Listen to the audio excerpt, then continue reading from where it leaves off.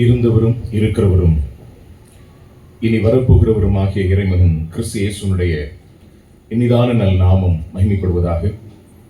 விசேஷமாக இந்த மாலை பொழுதிலும் ஆண்டவருடைய சமூகத்திலே அமர்ந்திருக்கத்தக்கதான நல்ல ஒரு பாக்கியத்தை ஆண்டவர் நம் ஒவ்வொருவருக்கும் ஈவாய் கொடுத்திருக்கிறார். அதை எண்ணி கர்த்தரை துதிக்கின்றேன்.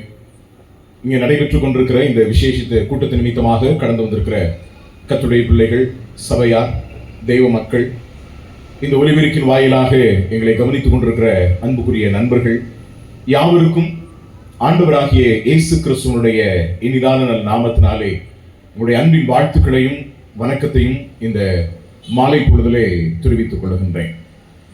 கர்த்தராகிய இயேசு கிறிஸ்துவனுடைய ரட்சிப்பின் சுவிசேஷத்தை மீண்டும் ஒரு முறை கூட அறிவிக்கத்தக்கதான மாபெரும் கிருபையை ஆண்டவர் நமக்கு கொடுத்திருக்கிறார்.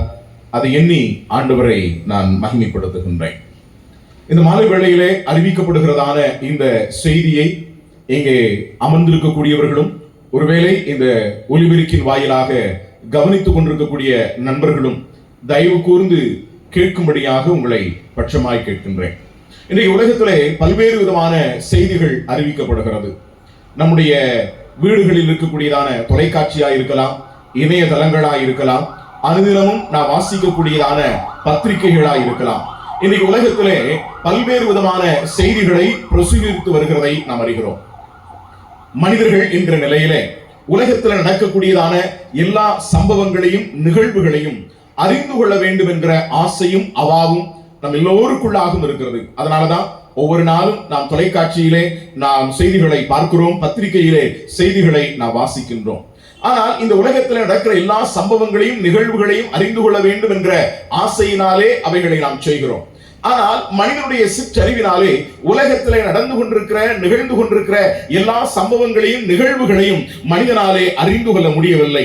அங்கென்றும் இங்கென்றும் நடக்கக்கூடியதான சிற்சில சம்பவங்களையும் செய்திகளையும் நாம் கேட்கிறோம், அறிந்து கொள்கிறோம்.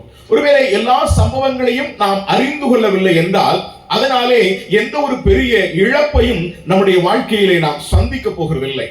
ஆனால் இந்த உலகத்திலே பிறந்து வளர்ந்து வாழ்ந்து கொண்டிருக்கிறதான சகல மனிதர்களும் அறிந்து கொள்ள வேண்டியதான ஒரு செய்தியை தான் இந்த மாலை பொழுதிலே அறிவிக்கும்படியாக நாங்கள் விரும்புகின்றோம். இந்த செய்தியை ஒரு மனிதன் அறிந்து கொள்ளவில்லை என்றால் அவனுடைய வாழ்க்கையிலே மிகப்பெரியதான இழப்பை சந்திக்கக்கூடியவனாக இருக்கின்றான்.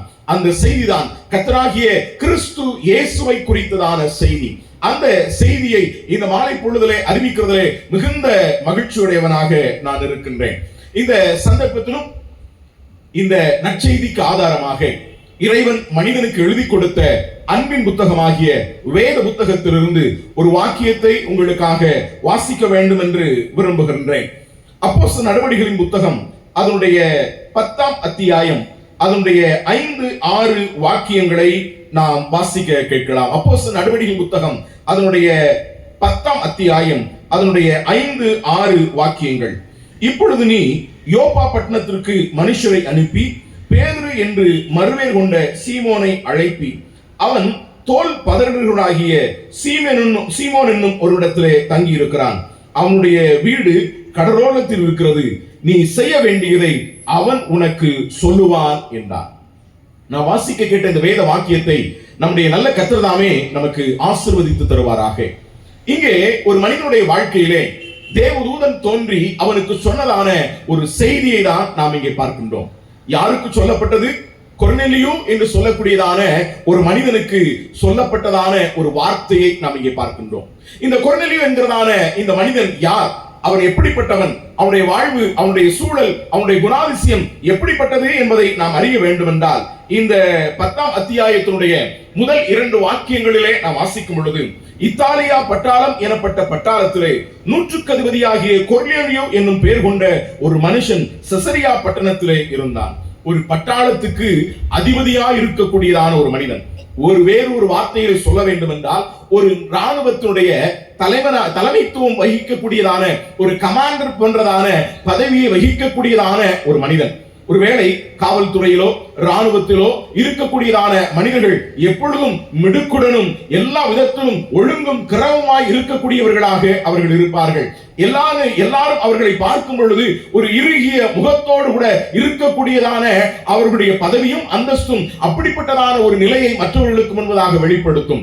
ஆனால் இந்த மனிதனை குறித்து நாம் வாசிக்கும் பொழுது இத்தாலியா பட்டாளம் எனப்பட்டதான இந்த பட்டாளத்திலே இருந்ததான 100க்கு அதிபதியாகிய இந்த கொர்நேலியு என்று சொல்கிறதான இந்த மனிதன் எப்படிப்பட்டவன் என்கிறதை நாம் வாசிக்கும் பொழுது கீழே சொல்லப்பட்டிருக்கிறது 2ஆம் வசனத்திலே, அவன் தேவ பக்தி உள்ளவனும் தன் வீட்டார் அனைவரோடும் தேவனுக்கு பயந்தவனுமாய் இருந்து ஜனங்களுக்கு மிகுந்த தர்மங்களை செய்து எப்பொழுதும் தேவனை நோக்கி ஜெபம் பண்ணி கொண்டிருந்தான் என்று வாசிக்கிறோம். இந்த கொர்நேலியு என்கிறதான இந்த மனிதனை குறித்து நாம் வாசிக்கும் பொழுது அவன் ஒரு பட்டாளத்தினுடைய அதிபதியா இருந்தது மட்டுமல்ல, ஒரு தலைமைத்துவத்தை வகிக்கக்கூடிய ஒருவனாக இருந்தது மட்டுமல்ல, அவனை குறித்து வேதம் சொல்லுகிறது அவன் தேவ பக்தியுள்ளவன். தேவ பக்தியுள்ளவன் மட்டுமல்ல, தேவ பயம் உள்ளவன். அவன் எப்பொழுதும் ஜெபிக்க கூடியவன். இன்னும் சொல்ல வேண்டும் என்று சொன்னால் தன்னால் இயன்ற நிலையிலே மற்றவர்களுக்கு தர்மங்களை செய்யக்கூடியதான ஒரு பக்தியுள்ள மனிதன். இன்னைக்கு இந்த கூட்டத்தில் வந்து அமர்ந்திருக்கக்கூடியதான அன்புக்குரியவர்களாகிய உங்கள் ஒவ்வொருவரை குறித்த நிலையிலும் இதை சொல்ல முடியும். இன்னைக்கு இந்த உலகத்திலே வாழ்ந்து கொண்டிருக்கிறதான எல்லா மனிதர்களுடைய வாழ்விலும் காணப்பட்டிருக்கக்கூடியதான நற்குணங்கள் இந்த மனிதனுடைய வாழ்க்கையிலும் அங்கே காணப்பட்டது. என்ன குணங்கள்? அங்கே 4 விதமான காரியங்கள் இந்த வாக்கியத்திலே சொல்லப்பட்டிருக்கிறதை நாம் பார்க்க முடியும். ஒன்று, அவனை குறித்து நாம் இவ்விதமாக வாசிக்கின்றோம், அவன் தெய்வ பக்தி உள்ளவனாக இருந்தான் என்று நாம் வாசிக்கிறோம். இன்னைக்கு உலகத்தில் இருக்கக்கூடியதான எல்லா மனிதர்களுடைய வாழ்விலும் இறை பக்தி இருக்கிறது. இறை பக்தி என்று சொன்னால் நமக்கு அப்பாற்பட்டதான ஏதோ ஒரு வல்லமை இருக்கிறது என்கிறதை உணர்ந்த நிலையிலே இன்னைக்கு உலகத்திலே மனிதன் இறைவனை தேடுகிறவனாக, கடவுளை தேடுகிறவனாக இருக்கிறான். இறை பக்தி இருக்கக்கூடியதான நிலையிலே தன்னுடைய வாழ்விலே எல்லா நிலையிலும் கடவுளை தேடுகிறதான அனுபவம் இன்றைக்கு எல்லா மனிதனுடைய வாழ்விலும் இருக்கிறது. நல்லது. இங்கே இந்த ஒளிபெருக்கின் சத்தத்தின் வழியாக கவனித்துக் கொண்டிருக்கிற யாவருக்குள்ளாகும் இறைபக்தி இருக்கிறது என்கிறதிலே மாற்று கருத்து இல்லை. இரண்டாவதாக இந்த மனிதனை குறித்து நாம் வாசிக்கிறோம், அவன் தெய்வ பக்தி உள்ளவன் என்கிறது மட்டுமல்ல, தெய்வ பயமுள்ளவனாகவும் அவன் இருந்தான் என்று சொல்லப்பட்டிருக்கிறது. தெய்வ பக்தி, ஆனால் பக்தியோடு கூட இவனுக்குள்ளாக இன்னொரு குணாதிசயம் அங்கே இருக்கிறது. என்னவென்றால் தெய்வ பயம். இன்னைக்கு எல்லாருக்குள்ளாகவும் கடவுள் பக்தி இருக்கிறது. ஆனால் கடவுள் பக்தி இருந்தாலும் கடவுள் பயம் இன்றைக்கு அநேகருக்குள்ளாய் குறைந்து இருக்கிறது. கடவுள் பயம் என்றால் என்ன? தெய்வ பயம் என்றால் என்ன? தெய்வ பயம் என்று சொல்லுகிறது என்ன என்றால், இறைவன் ஒருவர் இருக்கிறார் என்கிறது பக்தி.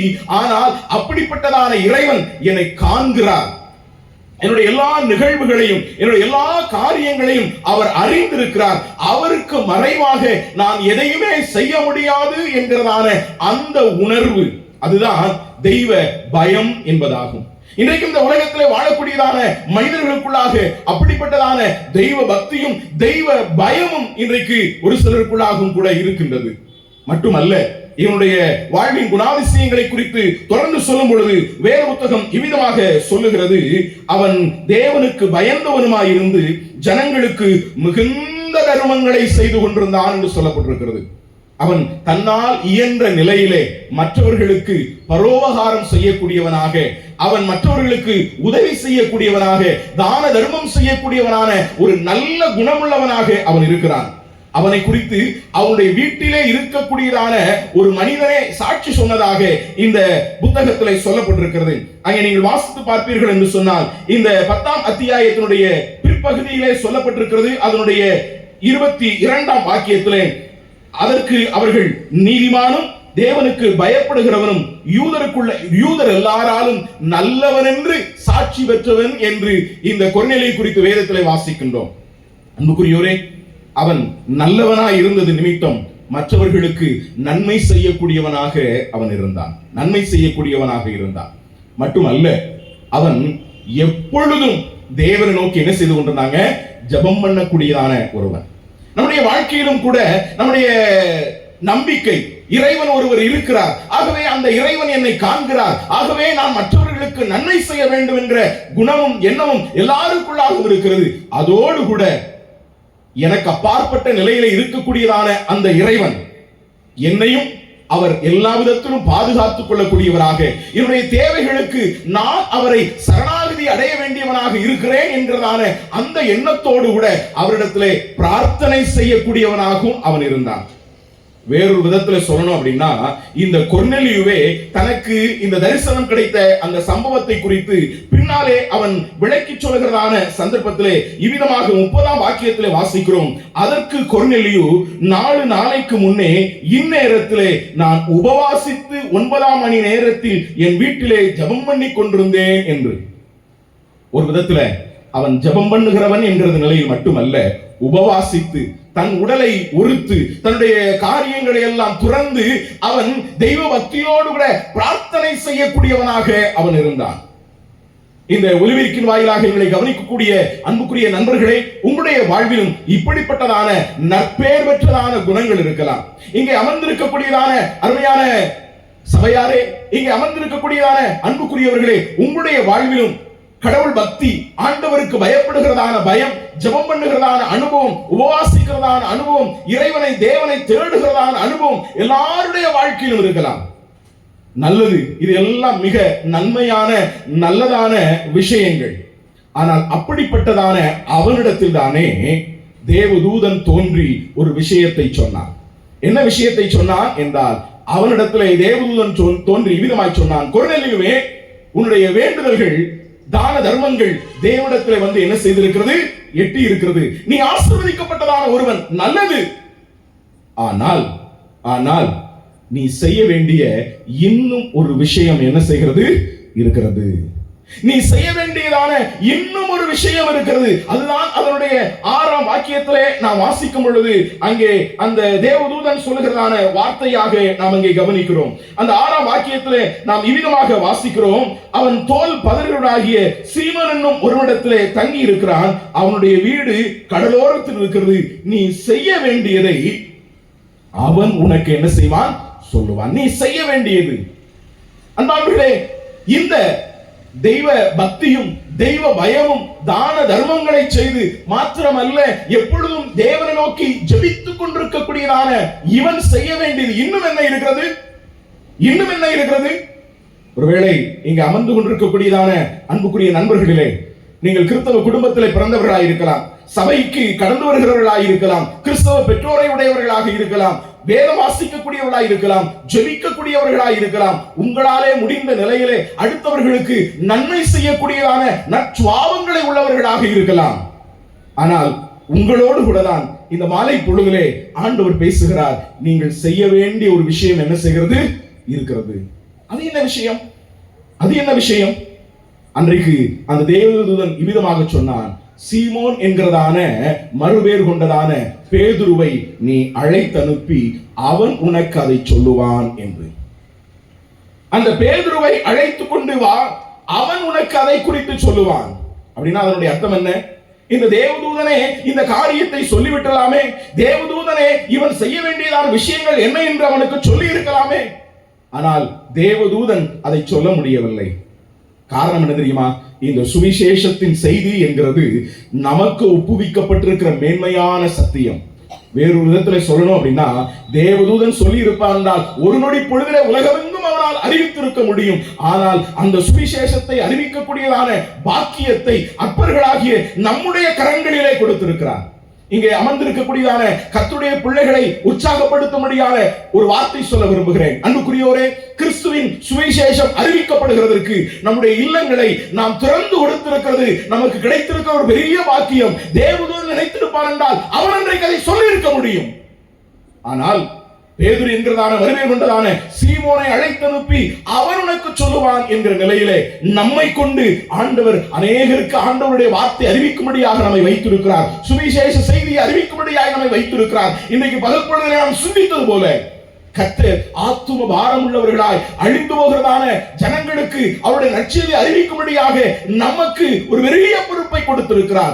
அதற்கு நம்முடைய உள்ளத்தை மட்டுமல்ல, நம்முடைய இல்லத்தையும் நமக்குரிய சகலவற்றை நாம் திறந்து கொடுக்கும் பொழுது நிச்சயமாகவே தேவன் அதை ஆசீர்வதிக்கக்கூடியவராக இருக்கின்றார்.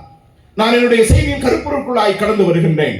அன்புக்குரியோரே, இப்படிப்பட்டதான தெய்வ பக்தியும் தெய்வ பயமும் தான தர்மங்களை செய்யக்கூடியவனும் எப்பொழுதும் ஜெபிக்கக்கூடியவனுமாக இருக்கக்கூடிய இந்த மனிதனிடத்திலே தான் அன்றைக்கு தேவதூதன் சொன்னான், நீ செய்ய வேண்டிய ஒன்று உண்டு, அதை உனக்கு பேதுரு என்கிறதான தேவ மனிதன் அறிவிப்பான். இந்த மாலை பொழுதிலும் கர்த்தருடைய வார்த்தை அறிவிக்கும்படியாக வந்திருக்கக்கூடிய நிலையிலே இன்றைக்கும் கர்த்தர் கட்டளையிட்டதான வார்த்தை உங்களுக்கு சொல்ல வேண்டும் என்று விரும்புகிறேன். அவ்விதமாக இந்த கொர்நேலியு தன்னுடைய வீட்டில் இருந்தான நபர்களை அனுப்பி இந்த பேதுரு என்கிறதான தேவ மனிதனை தன்னுடைய வீட்டிற்கு அழைத்து கொண்டு வந்தான். அழைத்து கொண்டு வந்ததான சந்தர்ப்பத்திலே அவன் பேதுருவை பார்த்து இவ்விதமாய் சொல்லுகின்றான். இவ்விதமாக 4 நாளைக்கு முன்னாலே மத்தியானத்திலே நான் ஜெபம் பண்ணி கொண்டிருக்கும் பொழுது தேவதூதன் தோன்றி இந்த காரியங்களை சொன்னான். கர்த்தரால் உமக்கு அருளப்பட்டதான வார்த்தைகளை கேட்கும்படியாக இங்கே நாங்கள் யாவரும் என்ன செய்திருக்கிறோம்? கூடியிருக்கிறோம். அவன் மட்டும் அல்ல, அங்கே நீங்கள் வாசித்து பார்ப்பீர்கள் என்று சொன்னால் அவன் தன்னுடைய இனத்தார்களை, தனக்கு அறிமுகமானவர்களை, நெருங்கின உறவின் முறையாரை 24 வசனத்தில் வாசிக்கும் பொழுது, மறுநாளிலே சிசரியா பட்டணத்தில் பிரவேசித்தார்கள். கொர்நேலியு தன் உறவின் முறையாரையும் தன்னுடைய விசேஷித்த சிநேகிதரையும் கூட வரவழைத்து அவர்களுக்காக காத்திருந்தான். அன்புக்குரியோரே, ஒருவேளை இங்கே சபையின் ஐக்கியத்திலே கடந்து வருகிறதான குடும்பங்களில் உள்ளதான நபர்களாக இருக்கலாம், ஒருவேளை அப்படிப்பட்டவர்களாலே அழைத்து வரப்பட்ட நபர்களாக இருக்கலாம், அல்லது இந்த ஒருவரிக்கின் வாயிலாக இந்த சத்தத்தை கேட்டுக்கொண்டு இருக்கக்கூடியதான எங்களுடைய அன்புக்குரிய பிரியமான சிநேகிதர்களாக நாங்கள் இருக்கலாம். அன்புக்குரியோரே, உங்களுக்கு ஒரு செய்தி உண்டு, உங்களுக்கு ஒரு செய்தி உண்டு. அங்கே கூடியிருந்ததான ஜனங்கள் அவர்கள் கிறிஸ்தவர்கள் அல்ல. அங்கே கூடியிருந்ததான ஜனங்கள் அவர்கள் சபையை சார்ந்தவர்கள் அல்ல. அவர்களுடைய மார்க்கமும் அவர்களுடைய பக்தியும் வித்தியாசமானதாக இருந்தது. ஆனாலும் அவர்களுக்கு ஒரு செய்தி இருந்தது. இங்கே வந்திருக்கிற ஒவ்வொருவருக்கும் ஒரு செய்தி உண்டு. காரணம் என்ன தெரியுமா? இது இறைவன் மனிதனோடு கூட பேசுகிறதான அன்பின் செய்தி. இந்த செய்தி அன்றைக்கு பேதுரு அறிவித்த அதே செய்தி தான் இந்த மாலை பொழுதிலே உங்களோடு கூட நான் பகிர்ந்து கொள்ள வேண்டும் என்று விரும்புகிறேன். அவ்விதமாக கொர்நேலியு சொன்ன பொழுது, கர்த்தரால் உமக்கு கட்டளையிடப்பட்டவைகளை கேட்கும்படியாக நாங்கள் ஆவலுள்ளவராக இருக்கிறோம் என்று சொன்னதான அந்த சந்தர்ப்பத்திலே அன்றைக்கு பேதுரு அவர் சொன்ன அந்த செய்தி என்ன தெரியுமா? அவர் சொன்னதான செய்தியின் சாராம்சத்தை அதனுடைய 34 தொடங்கி அதனுடைய 44 வரையிலான வசனங்களிலே நாம் வாசிக்கும் பொழுது அந்த செய்தியின் சாராம்சத்தை பார்க்க முடியும். அன்றைக்கு பேதுரு என்ன பேச தொடங்கினார்? 1, நான் சில குறிப்புகளை மாத்திரம் சொல்லி என்னுடைய வார்த்தைகளுக்கு முற்றுப்புள்ளி வைக்க வேண்டும் என்று விரும்புகிறேன். இவைகளை கேட்ட பொழுது 34 வாக்கியம் இவ்விதமாக சொல்லுகிறது, அப்பொழுது பேதுரு பேச தொடங்கி, தேவன் பட்சபாதம் உள்ளவர் அல்லவே என்றார். அன்புக்குரியோரே, தெய்வ பக்தியும் தெய்வ பயமும் ஜபமும் தான தர்மமும் உள்ளதான அந்த மனிதனை பார்த்து அவன் செய்ய வேண்டிய ஒரு விஷயம் உண்டு என்று தேவதூதன் சொன்ன பொழுது, பேதுரு என்கிறதான தேவ மனிதனை கிறிஸ்தியேசுடைய சீடரை அழைத்ததான சந்தர்ப்பத்திலே அவர் வந்து பேச தொடங்கின பொழுது அவர் என்ன பேசுகிறார் என்று சொன்னார்? தேவன் பட்சபாதம் உள்ளவர் அல்லவே. இந்த மாலை பொழுதிலே அறிவிக்கப்படுகிறதான நற்செய்தி என்ன என்றால், இறைவன் தேவன் பட்சபாதம் உள்ளவர் அல்ல. அப்படின்னா அதனுடைய அர்த்தம் என்ன? கடவுள் பாரபட்சம் பார்க்கக்கூடியவர் அல்ல, அவர் எல்லாரையும் நேசிக்கக்கூடியவராக இருக்கிறார். அன்புக்குரியோரே, ஆண்டவராகிய இயேசு கிறிஸ்து அவர் பாரபட்சம் பார்க்கிறவர் அல்ல, அவர் வித்தியாசம் பார்க்கிறவர் அல்ல. உயர்ந்தவன் என்றும் தாழ்ந்தவன் என்றும் கருத்தவன் என்றும் சிவத்தவன் என்றும் ஏழை என்றும் பணக்காரன் என்றும் அவர் எந்த விதத்திலும் பாரபட்சம் பார்க்காத ஒரு தெய்வம் அவர்தான் ஆண்டவராகிய இயேசு கிறிஸ்து. இங்கே நாம் வாசிக்கும் பொழுது பேதுரு என்கிறதான தேவனுடைய மனிதன் அவன் இவ்விதமாய் சொல்கிறான், தேவன் பட்சபாதம் உள்ளவர் அல்லவே, தேவன் பட்சபாதம் உள்ளவர் அல்லவே. அப்படி என்றால் அதனுடைய அர்த்தம் என்ன? கடவுளுக்கு முன்பதாக நாம் எல்லோரும் எப்படி இருக்கிறோம் தெரியுமாங்க? சமமாய் இருக்கிறோம். நாம் எல்லோரும் கடவுளுக்கு முன்பதாக சமமாக ஒன்றாக இருக்கிறோம். ஒன்றே குலம் ஒருவனே தேவன் என்று சொன்ன திருமுருகன் மந்திரத்தின் நிலையிலே நாம் சகலரும் கடவுளுக்கு முன்பதாக ஒரே சிருஷ்டியாய் இருக்கிறோம். நம்ம எல்லாரையும் படைத்த ஒரு தேவன் உண்டு, அவருக்கு முன்பாக நாம் எல்லோரும் சமம். ஆனால் இன்றைக்கு உலகத்திலே மனிதன் ஜாதி என்றும் மதம் என்றும் மொழி என்றும் இனம் என்றும் பாகுபாடு வடித்துக் கொண்டிருக்கின்றான். ஆனால் ஒன்றை புரிந்து கொள்ளுங்க, நாம் எல்லோருமே தேவனுக்கு முன்பதாக சமமாக இருக்கின்றோம்.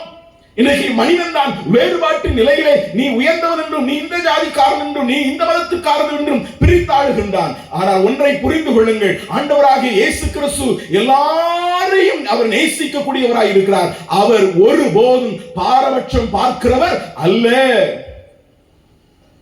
தேவன் பட்சபாதம் உள்ளவர் அல்லவே. இந்த மாலை பொழுதிலே எங்கள் அன்புக்குரிய சிநேகிதா, அன்புக்குரிய அன்பா, இங்கே கடந்து வந்திருக்கக்கூடியதான தேவ பிள்ளைகளை உங்களுக்காக சொல்ல விரும்புகிறேன். தேவன் பட்சபாதம் உள்ளவர் அல்ல. அவர் எல்லாரையும் ஒரே விதத்திலே பார்க்கிறார். அவர் எல்லாரையும் ஒரே கண்ணோட்டத்தோடு கூட பார்க்கிறார். வித்தியாசம் பார்க்காத ஒரே தெய்வம், ஜாதி மத வேறுபாடின்றி எல்லாரையும் நேசிக்கக்கூடிய ஒரே தெய்வம் அவர் ஆண்டவராகிய இயேசு கிறிஸ்து. மாத்திரமல்ல, இரண்டாவதாக பேதுரு என்கிறதான மனிதன் இரண்டாவதாக என்ன சொல்கிறார் என்று சொன்னால், அதனுடைய 36ஆம் வாக்கியத்திலே நாம் இவ்விதமாய் வாசிக்கின்றோம். எந்த ஜனத்திலாகிலும் அவருக்கு பயந்திருந்து நீதி செய்கிறவன் எவனோ அவனே அவருக்கு உகந்தவன் என்று நிச்சயமாய் அறிந்திருக்கிறேன். எல்லாருக்கும் கர்த்தராயிருக்கிற இயேசு கிறிஸ்துவை கொண்டு அவர் சமாதானத்தை சுவிசேஷமாய் கூறி. ஒன்று, தேவன் பட்சபாதம் உள்ளவர் அல்ல. அவர் பாரபட்சம் பார்க்காத தெய்வம். இரண்டாவதாக அதனுடைய 36ஆம் வாக்கியம் சொல்கிறது, எல்லாருக்கும் கர்த்தராய் இருக்கிற இயேசு கிறிஸ்து. அன்புக்குரியவரே, இயேசு கிறிஸ்து எல்லாருக்கும் கர்த்தர். கர்த்தர் என்றால் அதனுடைய அர்த்தம் என்ன தெரியுமா? ஆளுகிறவர், ஆண்டவர், கடவுள் என்கிறதான அர்த்தம். அன்புக்குரியவரே, இயேசு கிறிஸ்து கிறிஸ்தவ மதத்தினுடைய கடவுள் அல்ல. அவர் எல்லாருக்கும் கடவுள், எல்லாருக்கும் கடவுள். இயேசு கிறிஸ்து கிறிஸ்துவ மதத்தினுடைய கடவுளாக இருந்திருப்பார் என்று சொன்னால் நான் இங்கே நின்று பேசிக் கொண்டிருக்க வேண்டிய அவசியம் இல்லை. காரணம், என்னுடைய பேர் விவேகானந்த் என்பதாகும். நான் ஒரு இந்து குடும்பத்தில் பிறந்து வளர்க்கப்பட்டவன்.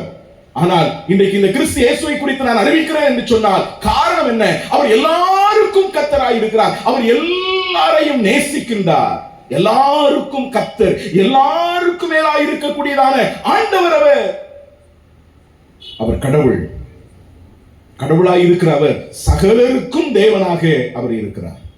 கடவுள் என்றால் அந்த வார்த்தையினுடைய அர்த்தம் என்ன தெரியுமா? பொதுவாக நாம ஒரு வார்த்தையினுடைய அர்த்தத்தை அறிந்து கொள்ள வேண்டும் என்றால் பொருள் பிரித்தறிகிறதற்காக நாம அந்த வார்த்தையை இரண்டாக பிரித்து நாம் படிப்போம். ஒரு வார்த்தையின் அர்த்தத்தை தெரிந்து கொள்கிறதற்கு இரண்டாக பிரித்து படிக்கிறது உண்டு. கடவுள் என்ற வார்த்தையினுடைய அர்த்தம் என்ன தெரியுமா? கடவுள் என்றதான வார்த்தையினுடைய அர்த்தம் கட பிளஸ் உள். அப்படின்னா அதனுடைய அர்த்தம் என்ன? கடந்து உள்ளாக வந்தவர். ஜாதி மத இன மொழி வேறுபாடின்றி எல்லாருடைய வாழ்க்கைக்குள்ளாகவும் கடந்து வந்தவர் இந்த ஆண்டவராகிய இயேசு கிறிஸ்து. ஆமன்பார்களே, அவனின்றி அணுவும் அசையாது என்று சொல்வார்களே, அந்த விதத்திலே ஆண்டவராகிய இயேசு கிறிஸ்து எல்லாருடைய வாழ்க்கையிலும் இருக்கிறார். அவர் எல்லாருக்கும் கடவுளாய் இருக்கிறார். அவர் அந்தோனிக்கும் தெய்வம், அவர் அப்துல்லாவுக்கும் தெய்வம், அவர் ஆறுமுகத்துக்கும் தெய்வம், அவர் சகலருக்கும் தெய்வம். ஒருவேளை இறைவன் இல்லை என்று சொல்லக்கூடியதான மனிதனும் கூட இந்த இயேசு கிறிஸ்து இன்றி அவனும் எதையும் செய்ய முடியாது. நம்முடைய வீட்டில் இருக்கக்கூடியதான நாட்காட்டி அதை சொல்லுகிறது. ஒருவேளை நாம் சம்பளம் வாங்கும்படியாக கையெழுத்திடுகிறோமே, அந்த கையெழுத்து சொல்லுகிறது, அதில் போடக்கூடியதான தேதி சொல்லுகிறது, ஆண்டவராகிய இயேசு கிறிஸ்து பிறந்து இத்தனை வருடங்களுக்கு பின்பதாக, இத்தனை மாதங்களுக்கு பின்பதாக, இத்தனாம் தேதியிலே நான் செய்கிறேன். ஒருவேளை கடவுளே இல்லை என்று மறுக்கிறவராக இருந்தால் அவருடைய வாழ்க்கைக்குள்ளாகும் இவர் கடந்து உள்ளாக வந்தவர். அவர்தான் இந்த ஆண்டவராகிய இயேசு கிறிஸ்து. அன்புக்குரியவரே, அவர் எல்லாருக்கும் கடவுளாக இருக்கிறார். அவர் எல்லாருக்கும் கடவுள். ஆனந்தானவர்களே, அவர் எல்லாரையும் நேசிக்கக்கூடியதான தெய்வம். இயேசு கிறிஸ்து அவர் பாரபட்சம் பார்க்காத தெய்வம். மாத்திரமல்ல, அவர் எல்லாருக்கும் தேவனாக இருக்கின்றார். எல்லாருக்கும் தேவனாய் இருக்கின்றார். மூன்றாவதாக அங்கே அதே 36ஆம் வாக்கியத்திலே நான் வாசிக்கும் பொழுது இவ்விதமாக வாசிக்கிறோம், எல்லாருக்கும் கர்த்தராய் இருக்கிற இயேசு கிறிஸ்துவை கொண்டு அவர் சமாதானத்தை சுவிசேஷமாய் கூறி அப்படின்னு. இயேசு கிறிஸ்து பாரபட்சம் பார்க்காத தெய்வம். மாத்திரமல்ல, அவர் எல்லாருக்கும் தெய்வம். அந்த எல்லாருக்குமான தெய்வம் அவர் எல்லாருக்கும் சமாதானத்தை கொடுக்க விரும்புகிறார். அன்புக்குரியோரே, இந்த கிறிஸ்து இயேசு இந்த உலகத்திற்கு வந்ததனுடைய நோக்கம் என்ன தெரியுமா?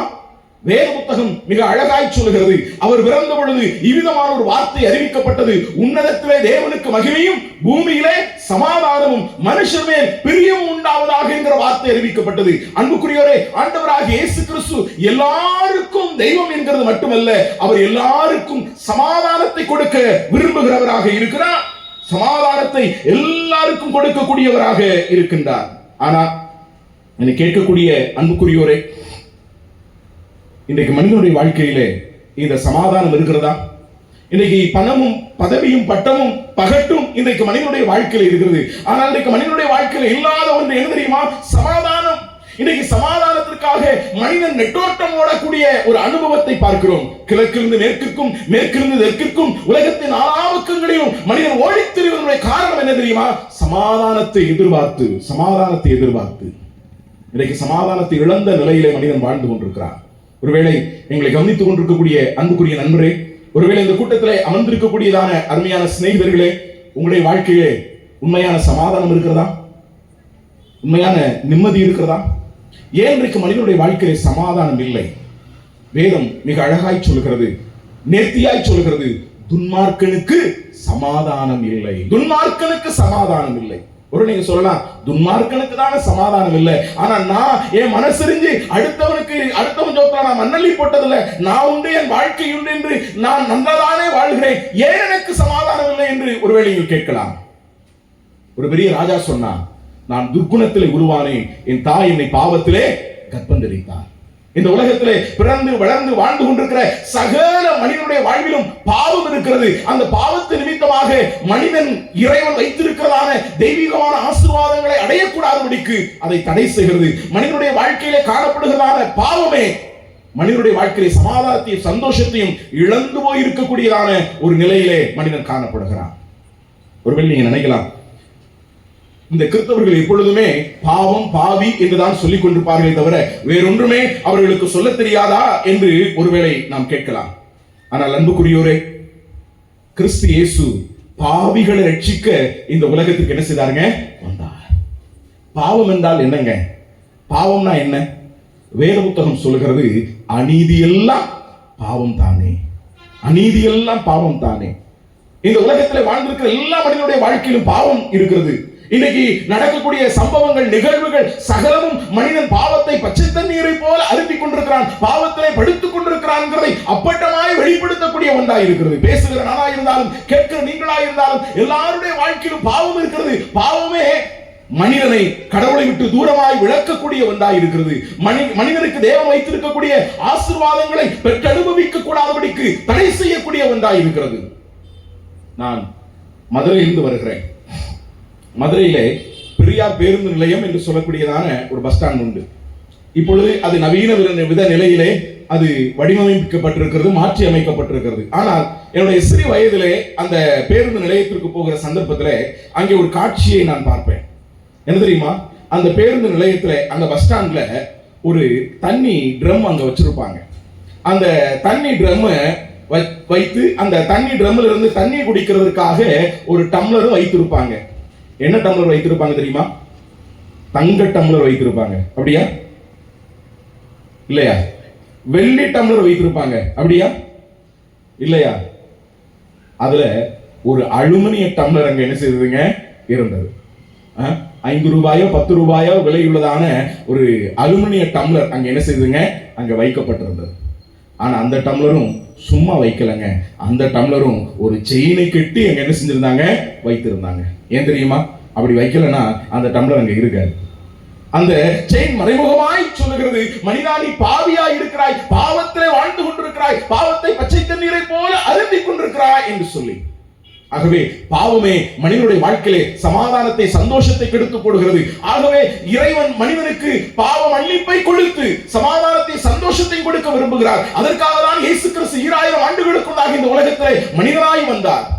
அவர் பிறந்த பொழுது அறிவிக்கப்பட்டதான மற்றொரு வார்த்தை உண்டு.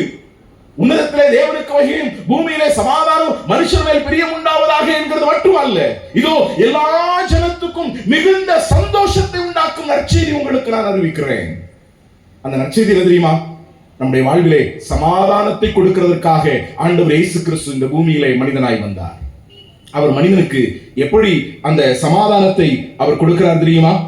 வேத புத்தகம் மிக அழகாய் சொல்லுகிறது, அவர் சிலுவையிலே சிந்தின இரத்தத்தினாலே சமாதானத்தை உண்டாக்கி. அதுதான் அங்கே பேதுரு கீழே சொல்லும் பொழுது அவர் 4வதாக இவ்விதமாய் சொல்லுகின்றார். 39ஆம் வாக்கியத்தின் பிற்பகுதியிலே நான் வாசிக்கிறோம், அவரை மரத்திலே தூக்கி கொலை செய்தார்கள். மனிதனுக்கு சமாதானத்தை கொடுக்க வந்ததா ஆண்டவராக இயேசு கிறிஸ்து சிலுவையிலே அவர் மரத்திலே தூக்கி கொலை செய்யப்பட்டார். ஏன் தெரியுமா? ஏன் தெரியுமா? மனிதனுக்கு அவர் சமாதானத்தை கொடுக்க வேண்டும் என்றால் மனிதனுடைய பாவம் மன்னிக்கப்பட வேண்டும். எல்லா மத புத்தகங்களும் சொல்லுகிறது ரத்தம் சிந்துதல் இல்லாமல் பாவ மன்னிப்பு இல்லை என்று எல்லா மத புத்தகங்களும் சொல்லுகிறது. ஆனால் மனிதனுடைய பாவம் மன்னிக்கப்படுகிறதற்காக ஆடு மாடு கோழி மிருகங்களுடைய ரத்தம் ஒரு நாள் ஈடாகாது. எங்க ஊர்ல சொல்லுவாங்க, உப்பத்தின்னா தண்ணி குடிக்கணும், பாவம் செய்தா பாவத்துக்குரிய தண்டனை அனுபவிக்கணும். பாவம் செய்தவர்கள் யார்? இந்த உலகத்தில் வாழ்ந்திருக்கக்கூடிய எல்லா மனிதனும் பாவத்திலே வாழ்ந்திருக்கக்கூடியவர்களாய் இருக்கிறோம். ஆனால் அப்படிப்பட்டதான நம்மை பாவத்திலிருந்து விடுதலை செய்யும்படியாக பாவத்துக்குரிய தண்டனையை நாம் அனுபவிக்க வேண்டும். ஆனால் நாம் அனுபவிக்க கூடாது என்பதற்காக ஆண்டவராக இயேசு கிறிஸ்து கோர சிலுவையிலே தன்னுடைய உயிரை கொடுத்தார். இயேசு கிறிஸ்து பாரபட்சம் பார்க்காத தெய்வம். அவர் எல்லாருக்கும் தெய்வம், எல்லாருக்குமான தெய்வம். அவர் இந்த உலகத்திலே மனிதனுக்கு சமாதானத்தை கொடுக்க விரும்புகிறார். அந்த சமாதானத்தை கொடுக்கிறதற்காக தான் அவர் கல்வாரி சிலுவையிலே தன்னுடைய ஜீவனை கொடுத்தார். இயேசு கிறிஸ்துவின் ரத்தம் சகல பாவங்களை நீக்கி நம்மை சுத்திகரிக்கிறது. மனிதனுடைய வாழ்விலே காணப்படுகிற பாவமே சமாதானத்தை, சந்தோஷத்தை மனிதனுடைய வாழ்விலே எடுத்து போடுகிறது.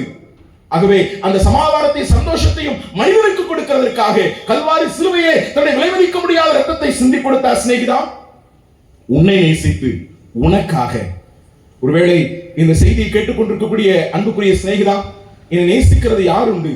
என் மேலே அன்பு பாராட்டுகிறதற்கு யார் உண்டு? என் மேலே அக்கறையா இருக்கிறதுக்கு யார் உண்டு என்ற கேள்வியோடு கூட நீ இருக்கலாம். ஆனால் உங்களை நேசிக்கிற ஒரு தெய்வம், உங்களை நேசிக்கிற ஒரு தெய்வம். இன்றைக்கு உலகத்தோடான அன்பெல்லாம் மாய்மாலமான ஒன்றாய் இருக்கிறது. அது மறைந்து போகிற ஒன்றாய் இருக்கிறது. அது கரைந்து போகிற ஒன்றாய் இருக்கிறது. ஆனால் அன்பு என்கிற 3 எழுத்து, அதன் சாரமாம் இயேசு என்கிற 3 எழுத்து, அதன் மையமாய் என்று கவிஞன் பாடுகிறான். ஆகவே இயேசு கிறிஸ்து இந்த பூமியிலே நம்மை நேசித்து, நம் ஒவ்வொருவரையும் நேசித்து, நம்முடைய பாவத்திலிருந்து விடுதலை கொடுத்து நமக்கு சமாதானத்தை கொடுக்கிறதற்காக அவர் இந்த பூமியிலே வந்து பாவத்துக்குரியதான பரிகாரமாக தன்னுடைய விலைமதிக்க முடியாத இரத்தத்தை கல்வாரி சிலுவையிலே சிந்தி கொடுத்தார். சிநேகிதா, நாம் இனிக்க செய்த பாவத்திற்காக அருமரட்சகராகிய ஆண்டவர் இயேசு கிறிஸ்து கோர சிலுவையிலே அவர் துடிக்க தன்னுடைய விலைமதிக்க முடியாத இரத்தத்தை சிந்தி கொடுத்தார். அவருடைய இரத்தம் சகல பாவங்களை நீக்கி நம்ம என்ன செய்கிறது தெரியுமா? சுத்திகரிக்கிறது. அன்புக்குரியோரே, இயேசு கிறிஸ்து சிலுவையிலே மரித்தவர் மட்டும் அல்ல, அவர் பாரபட்சம் பார்க்காதவராக, எல்லாருக்கும் தெய்வமாக, மனிதனுக்கு சமாதானத்தை கொடுக்கிறதற்காக இந்த பூமியிலே வந்து கல்வாரி சிலுவையிலே மரித்தடக்கம் பண்ணப்பட்டவர் மட்டுமல்ல. இந்த பேதுரு தொடர்ந்து சொல்லும் பொழுது என்ன சொல்கிறார் தெரியுமா? அதனுடைய 40ஆம் வசனத்திலே 3ஆம் நாளிலே தேவன் அவரை எழுப்பி என்று வாசிக்கிறோம். அன்புக்குரியோரே, இந்த ஆண்டவராக இயேசு கிறிஸ்து மரித்து போன ஒருவர் அல்ல, மரித்து மண்ணோடு மண்ணாய் மக்கி போன ஒருவர் அல்ல. அவர் 3ஆம் நாள் உயிரோடு கூட எழுந்தவர். இந்த இயேசு கிறிஸ்து தேவன் என்று ஏன் அறிவிக்கிறோம் என்றால், அவர் மரித்தவர் மட்டுமல்ல, அவர் 3ஆம் நாள் உயிரோடு கூட எழுந்தவர். இன்றைக்கும் ஜீவிக்கிறார். ஒரு உயிர்த்தெழுந்த கர்த்தரை நாங்கள் அறிவிக்கிறோம். உயிர்த்தெழுந்த கர்த்தர்.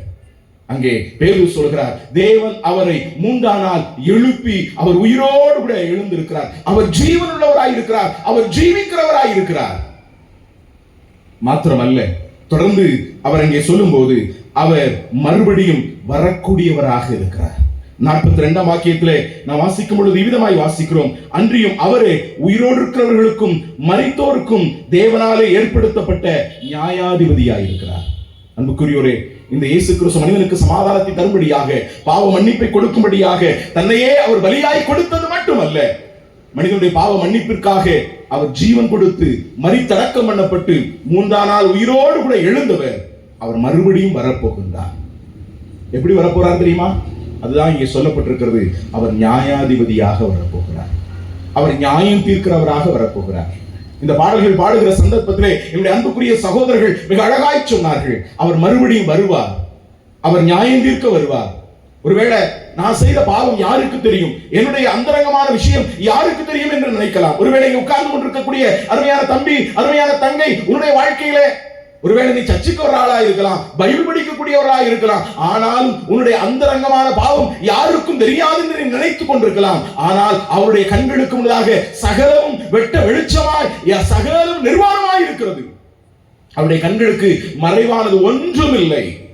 ஒருவேளை நீ ஆதாமை போல மரத்துக்கு பின்னாலே இருக்கலாம், அல்லது நாத்தான்வேலை போல மரத்துக்கு கீழாக இருக்கலாம், அல்லது சகதியை போல மரத்துக்கு மேலாய் இருக்கலாம். ஆனால் உன்னை எல்லா நிலைகளையும் அறிந்திருக்கக்கூடிய ஒருவருடைய கண்களுக்கு மறைவான நிலையில நீ எங்கே இருக்க முடியாது. உன்னை எல்லாவற்றையும் அறிந்திருக்கிறவர். ஒருவேளை உன்னுடைய பெற்றோருக்கு உன்னை நீ மறைத்திருக்கலாம், உன்னுடைய ஆசிரியர்களுக்கு நீ உன்னை மறைத்திருக்கலாம், உன்னுடைய நண்பர்களுக்கு உன்னுடைய தவறான காரியங்கள் தெரியாது என்று நீ மறைத்து எண்ணிக்கொண்டிருக்கலாம். ஆனால் எல்லாவற்றையும் நியாயம் தீர்க்கும்படியாக அவர் வரப்போகிறார். அவர் நியாயாதிபதியாய் வரப்போகிறார். இன்றைக்கு அவர் ரட்சகர், ஆனால் நாளையோ அவர் யார் தெரியுமாங்க? நியாயாதிபதி. அவர் நியாயம் தீர்க்கும்படியாய் வரப்போகிறார். அவர் எப்படி நியாயம் தீர்க்கிறார் தெரியுமா? வேதம் சொல்லுகிறது. சங்கீத புத்தகம் 96ஆம் சங்கீதத்தினுடைய 13ஆம் வசனத்திலே நாம் இவ்விதமாய் வாசிக்கிறோம். அவர் வருகிறார், கர்த்தர் வருகிறார், பூமியை நியாயம் தீர்க்க வருகிறார். பூமியை நீதியோடும் ஜனங்களை நிதானத்தோடும் சத்தியத்தோடும் அவர் நியாயம் தீர்ப்பார். அவர் நியாயம் தீர்க்கிறதற்கு வானத்தையும் பூமியையும் என்ன செய்கிறாருங்க? சாட்சியாக அவர் கூப்பிடுகிறார் என்று சொல்லப்பட்டிருக்கிறது. ஒருவேளை நீ பைபிள் படிக்கிறது போல தெரியலாம், அல்லது சர்ச்சுக்கு வர்ற போல நபராக கூட இருக்கலாம். ஆனா உன்னை புரிந்து கொள், உன்னுடைய எல்லா அந்தரங்கமான காரியங்களையும் வெளியரங்கமாக்குறதற்காக நியாயம் தீர்க்க வரக்கூடிய ஒரு கர்த்தர். அவருக்கு முன்னாலே ஒரு நாள் உன்னை மறைக்க முடியாது. அவர் மறுபடியும் வரப்போகிறார். ஆனால் இன்றைக்கு அவர் ரட்சகர், நாளைக்கோ அவர் நியாயாதிபதி. அவரை நீ எப்படி சந்திக்க போகிறாய்? எப்படி சந்திக்க போகிறாய்? இன்றைக்கு உன்னுடைய இருதய கதவை தட்டுகிறார். உனக்கு சமாதானத்தை சந்தோஷத்தை கொடுக்கிறதற்காய் 2000 ஆண்டுகளுக்கு முன்னதாக இந்த உலகத்தில் இருந்த ஆண்டவர் இயேசு கிறிஸ்து உன்னுடைய இருதய கதவை தட்டுகிறார். மாத்திரமல்ல, இறுதியாக 7ஆவதாக அங்கே இந்த பேதுரு என்கிறதான தேவனுடைய மனுஷன் அவர் இவ்விதமாய் சொன்னார். அதனுடைய 43ஆம் வாக்கியத்திலே இவ்விதமாக வாசிக்கிறோம். அவரை விசுவாசிக்கிறவன் எவனோ அவன் அவருடைய நாமத்தினாலே பாவ மன்னிப்பை பெறுவான் என்று வாசிக்கிறோம். அன்புக்குரியோரே, இந்த இயேசு கிறிஸ்து நியாயாதிபதியாய் வருகிறதற்கு முன்பதாக அவரை விசுவாசிக்கிறவர்களுக்கு அவர் பாவ மன்னிப்பை தருகிறார். அவர் பாவ மன்னிப்பை தருகிறார். ஒருவேளை எங்களை கவனித்துக் கொண்டிருக்கிற அன்புக்குரிய நண்பர்களே, அன்புக்குரிய சிநேகிதர்களே, இவ்வளவு நேரம் சொன்ன வார்த்தை ஒன்றுமே உங்களுக்கு புரியவில்லை என்றாலும் ஒற்றை வார்த்தையை சொல்லி என்னுடைய வார்த்தைகளுக்கு நான் முற்றுப்புள்ளி வைக்க வேண்டும் என்று விரும்புகிறேன். இன்றைக்கு மனிதனுடைய வாழ்க்கையிலே சமாதானத்தையும் சந்தோஷத்தையும் மனிதன் இழந்து தவிக்கக்கூடியதனுடைய காரணம் என்ன என்றால் மனிதனுடைய வாழ்க்கையில் காணப்படுகிற பாவம். இந்த பாவம் மன்னிக்கப்பட்டால் மட்டுமே மனிதன் தெய்வீக சமாதானத்தையும் சந்தோஷத்தையும் அடைய முடியும்.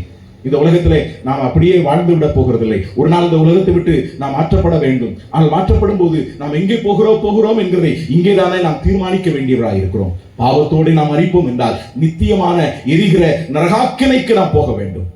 ஆனால் இயேசு கிறிஸ்துவை உள்ளத்திலே ஆண்டவர் ரட்சகருமாய் ஏற்றுக்கொள்ளும் பொழுது வேதம் மிக தெளிவாய் சொல்கிறது, அவரை விசுவாசிக்கிறவன் எவனோ அவன் பாவ மன்னிப்பை அவன் பெற்றுக் கொள்ளுகிறவனாய் இருக்கிறான். என்ன விசுவாசிக்க வேண்டும்? என்ன விசுவாசிக்க வேண்டும்? ஆண்டவராக இயேசு கிறிஸ்து என்னுடைய பாவத்திற்காக மரித்தார். எனக்காக என்னுடைய பாவத்துக்குரிய கடனை அவர் செலுத்தி தீர்த்தார் என்று யார் ஒருவன் உள்ளத்தில் விசுவாசிக்கிறானோ அவனுக்கு பாவ மன்னிப்பு உண்டு. அன்றைக்கு அந்த கொர்நேலியுவுக்கு அதுதான் சொல்லப்பட்டது. கொர்நேலியுவே, நீ செய்ய வேண்டிய ஒன்றை அவன் உனக்கு சொல்லுவான். அவன் தெய்வ பக்தி இருந்துச்சு, தெய்வ பயம் இருந்துச்சு, தான தர்மம் இருந்துச்சு, ஜபம் இருந்தது, ஏன் உபவாசமும் கூட அவனுக்கு இருந்தது. ஆனால் இது ஒன்றும் அவனை எங்க கொண்டு போகாதுங்க? பரலோகம் கொண்டு போகாது. ஒருவேளை நீங்க கிறிஸ்தவ குடும்பத்தில் பிறந்தவங்களா இருக்கலாம், கிறிஸ்தவ பெற்றோருக்கு பிறந்தவர்களா இருக்கலாம், சபைக்கு வருகிறவர்களா இருக்கலாம். ஒருவேளை ஜபம் பண்ணக்கூடியதான நிலையிலே, மற்றவர்களுக்கு நன்மை செய்யக்கூடியவர்களாக நிலையிலே, தெய்வ பயம் தெய்வ பக்தி உள்ளவர்களாக நீங்கள் இருக்கலாம். இங்க இருக்கக்கூடிய அருமையான வாலிபர்களை நான் கேட்க விரும்புகிறேன். இந்த இயேசு கிறிஸ்துவை உங்களுடைய ரட்சகராக உள்ளத்தில் நீங்கள் ஏற்றுக்கொண்டிருக்கிறீர்களா? இன்றைய ரட்சணியினால் இதுவே அனுக்கிரக காலம். நாளைக்கு அவர் நியாயாதிபதியாய் வரப்போகின்றார். நாளை நமதல்ல, நாளைக்கு உயிரோடு இருப்போம் என்று நம்மளை ஒருவரும் சொல்ல முடியாது. நாளை என்கிறது நம்முடையதல்ல. ஆனால் இன்றைய ரட்சணியினால் இதுவே அனுக்கிரக காலம். உங்களுடைய வாழ்விலே தெய்வீக சமாதானத்தை சந்தோஷத்தை கொடுத்து பாவ மன்னிப்பை கொடுத்து பரலோக பேரின்ப வாழ்வை கொடுக்க அவர் ஆயத்தம் உள்ளவராய் இருக்கிறார். அதற்கு செய்ய வேண்டிய ஒன்றே ஒன்றுதான். இது பெயர் மாற்றமோ மத மாற்றமோ எந்த விதமான மாற்றம் அல்ல. உள்ளத்திலே இந்த ஆண்டவருக்கு இடமளிக்கக்கூடிய ஒரு அனுபவம் என்ன தெரியுமா? ஆண்டவராக இயேசுவே, நான் ஒரு பாவி, என்னுடைய பாவத்திற்காக நீ சிலுவையிலே உயிர் கொடுத்தீர் என்பதை நம்புகிறேன். என் பாவத்தை எனக்கு மன்னியும். உம்மையுடைய சொந்த ரட்சகராக ஆண்டவராக உள்ளத்தில் ஏற்றுக்கொள்கிறேன் என்ற ஒரு எளிய ஜெபம். ஒரு எளிய ஜெபம். கொர்நேலியுவே, நீ செய்ய வேண்டிய ஒரு விஷயம் இருக்கிறது. உங்களை நீங்களே ஏமாற்றிக் கொள்ள வேண்டாம். நான் தான் பைபிள் படிக்கிறேனே, நான் தான் ஜெபம் பண்றேனே, நான் தான் சர்ச்சுக்கு வர்றேனே, நான் ஒரு கிறிஸ்தவ குடும்பத்துல தானே இருக்கிறேனே அப்படி நீங்க எண்ணிக்கொண்டிருக்கலாம். ஆனா நீங்க செய்ய வேண்டிய ஒன்று என்ன தெரியுமா? இந்த இயேசு கிறிஸ்துவை உங்களுடைய ரட்சகராக ஆண்டவராக பாவம் போக்கும் பரிகாரியாக ஏற்றுக்கொண்டிருக்கிறீர்களா? பாவ மன்னிப்பை பெற்றுக்கொண்ட நிச்சயம் உங்களுக்கு இருக்கிறதா? தனிப்பட்ட விதத்திலே ஆண்டவரே உள்ளத்திற்குள்ளாய் நீர் மாறும் என்று அவரை ஏற்றுக்கொண்ட அனுபவம் உங்களுக்கு இருக்கிறதா? ஒருவேளை இல்லை என்றால் இந்த இரவு பொழுதிலே இந்த ஆண்டவர் உங்களுடைய இருதய கதவை தட்டுகிறார். இதோ வாசல் பண்ணி இந்த கதவை தட்டுகிறேன், ஒருவன் சத்தத்தை கேட்டு கதவை திறந்தால் நான் உள்ளே பிரவேசிப்பேன் என்று சொல்லுகிறார். உங்களுடைய இருதய கதவை தட்டுகிற ஆண்டவருக்கு உங்களுடைய உள்ளத்தை நீங்கள் திறந்து கொடுப்பீர்களா? நாளைக்கு பார்க்கலாம் என்கிறது நாளைக்கு நம்முடையதல்ல, நாளைக்கு நம்முடையதல்ல, இன்றைய ரட்சணினார். ஆகவே இந்த இரவு பொழுதிலே ஆண்டவர் உங்களோடு கூட இடைவிடுவார் என்றால் இந்த ஆண்டவருக்கு உங்களுடைய வாழ்க்கை அர்ப்பணம் செய்யுங்கள். இந்த தெய்வீக சமாதானத்தை சந்தோஷத்தையும் பெற்றுக் கொள்ளுங்கள். கண்களை முழுவதுமே. ஒருவேளை இங்கே சொல்லப்பட்ட எல்லா காரியமும் உங்களுக்கு புரியவில்லை என்றால் ஒரே வார்த்தையில சொல்ல விரும்புகிறேன். உங்களுடைய வாழ்க்கையில சமாதானத்தை கொடுக்கிறதுக்காக இயேசு கிறிஸ்து வந்தார். ஏன் இன்றைக்கு வாழ்க்கையில சமாதானம் எல்லாம் இருக்குது, பணம் இருக்குது, சொத்து இருக்குது, சுகம் இருக்குது, வசதி இருக்கிறது, வாய்ப்பு இருக்கிறது, எல்லாம் இருக்கிறது. ஆனால் உண்மையான சமாதானம் இருக்கிறதா? அந்த சமாதானம் இல்லை என்றால் ஒன்றே ஒன்று, உங்களுடைய வாழ்விலே காணப்படுகிற பாவம். இந்த பாவம் மன்னிக்கப்பட்டால் மட்டுமே சமாதானத்தை அனுபவிக்க முடியும். உங்களுடைய கிறிஸ்தவ குடும்பத்தில் இருக்கலாம், கிறிஸ்தவ பெயர் வைத்திருக்கலாம், சபைக்கு வரக்கூடியவர்களாக இருக்கலாம். ஆனால் பாவம் மன்னிக்கப்பட்ட நிச்சயம் உங்களுக்கு இருக்கிறதா? இயேசு கிறிஸ்துவை சொந்த தெய்வமாக ஆண்டவராக ஏற்றுக்கொண்ட அனுபவம் உங்களுக்கு இருக்கிறதா? இல்லை என்றால் இந்த இரவு பொழுதிலே உங்களுடைய இருதய கதவை ஆண்டவர் தட்டி கொண்டிருக்கக்கூடிய சந்தர்ப்பத்திலே அவரை புறக்கணிக்க வேண்டாம். இன்றைக்கு ரட்சகர், நாளையோ பேதுரு சொன்னது போல அவர் நியாயம் தீர்க்க வரக்கூடிய நியாயாதிபதி. அவருக்கு மறைவானது ஒன்றும் இல்லை. ஆகவே உங்களுடைய வாழ்வை அவருக்கு அர்ப்பணிக்க விரும்புகிறீர்களா? ஒரே ஒரு காரியம், உங்களுக்கு விருப்பமானால் இந்த ஜெபத்தை உங்களுடைய உள்ளத்திலிருந்து நீங்கள் ஏறெடுக்கும்படியாக உங்களை அன்போடு கேட்கின்றேன். கட்டாயம் அல்ல. ஆண்டவரே, என் உள்ளத்திற்குள் வாரும், நான் ஒரு பாவி, என்னுடைய பாவத்திற்காக நீ சிலுவையில் உயிர் கொடுத்தீர் என்பதை நான் நம்புகிறேன் என்கிற அந்த எளிய ஜெபத்தை உங்களுடைய உள்ளத்திலிருந்து நீங்கள் ஏறெடுக்க விரும்புகிறீர்களா? நாளைக்கு பார்க்கலாம் என்று ஒரு நாளும் தள்ளி போட வேண்டாம்.